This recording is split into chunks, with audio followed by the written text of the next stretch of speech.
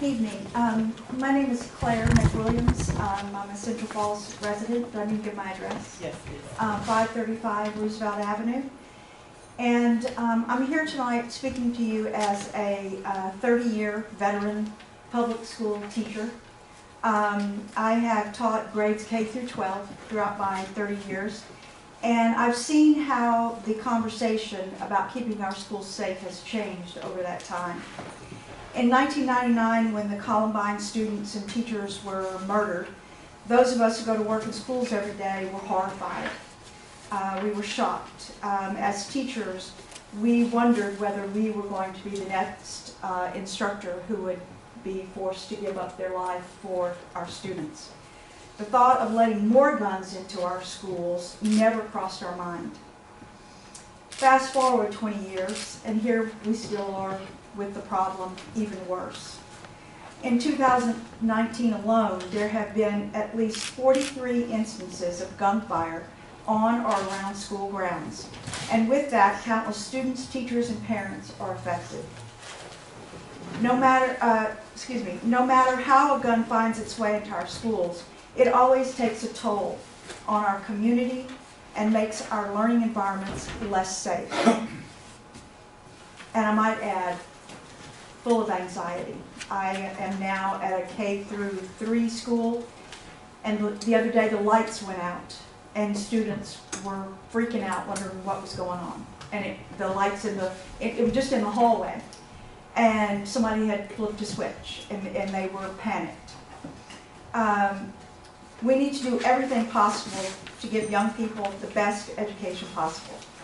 That's why I support the legislation being considered in the state legislative session that will prohibit people with concealed carry permits from carrying hidden, loaded guns in our children's schools.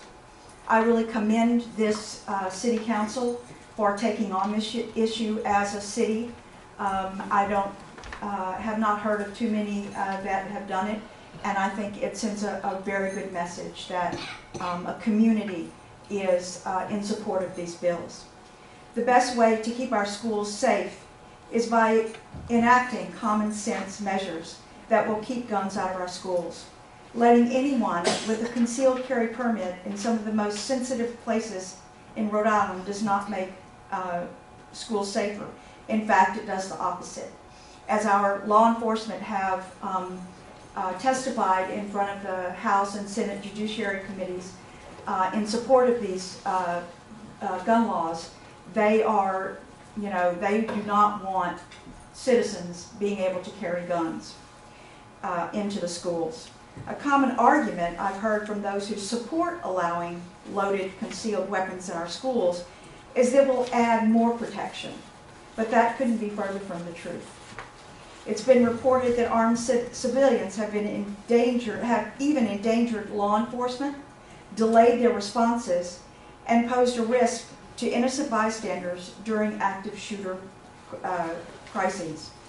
What's more, the FBI found that in 250 active shooter incidents, there were only 7 successful armed civilian interventions.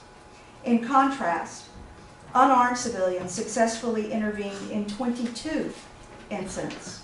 It's utterly false that someone who has a concealed carry permit would be able to protect our children from an active shooter.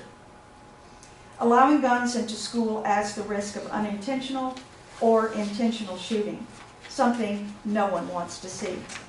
Research shows that access to a gun increases the risk of homicide by 2 times and the risk of firearm suicide by 3 times. There is a reason why firearms are the second leading cause of death for American children and teens. It's a sad truth, but gun violence in our schools is a reality in America. That said, teachers and students should not have to go about their daily business in fear for their lives. House 5762 and Senate 636 would do more to keep our students, teachers, and communities safe by closing a gap in current law that allows more hidden, loaded guns into the schools where our children learn and play. I urge you to support those 2 bills and urge our legislators from Central Falls to vote in support of these bills that will help make our schools the safe communities of learning and growing that they should be. Thank you very much. Thank you.